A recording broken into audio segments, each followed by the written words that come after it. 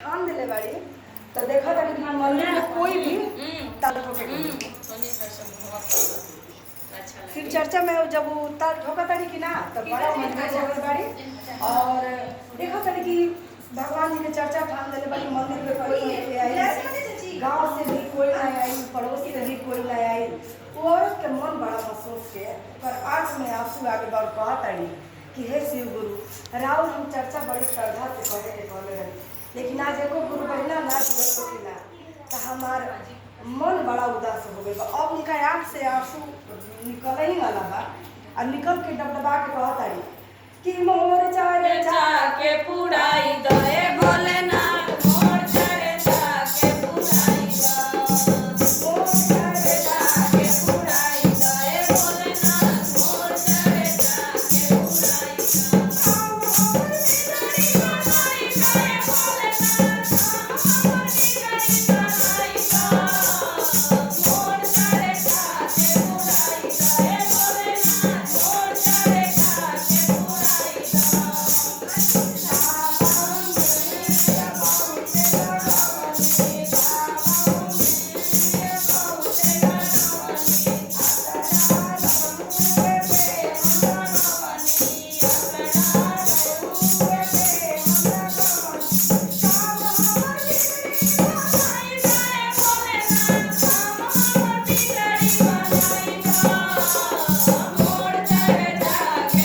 पुराई दे भोलेनाथ मोर चारे जाके पुराई दे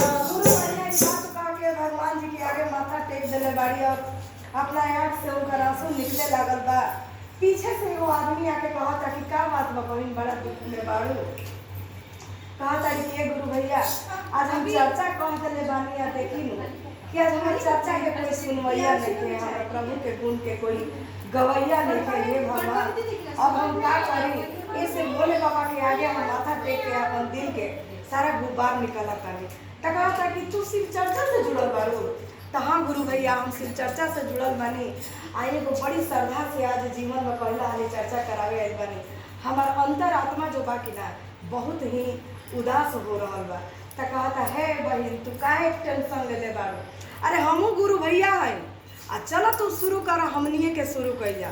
वो एगो भजन सुनला के बाद वो मंदिर में बहुत ऐसा गुरु भैया गुरु बहिना लोग जुड़ा रहे लोग आ मंदिरों पर बियाह के मौका रहे, नीचे बड़ी धूम धड़ाका बाजा गजा के जोरे आदमी जुड़ा रहे। बहुत ऐसा गुरु भैया लोग गुरु बहना लोग भजन सुन के दौड़ा आई बनो। इतना अधिक भजन इतना अधिक गान बजान नाच गाना के साथ उनका शिव चर्चा जब पूरा भइल बा कि ना तो गुरु बहना कहा तड़ी कि हे भगवान आज तो हमारा रौदा स्थान पे चमत्कारे हो गए। अरे काम हमर बिगड़ी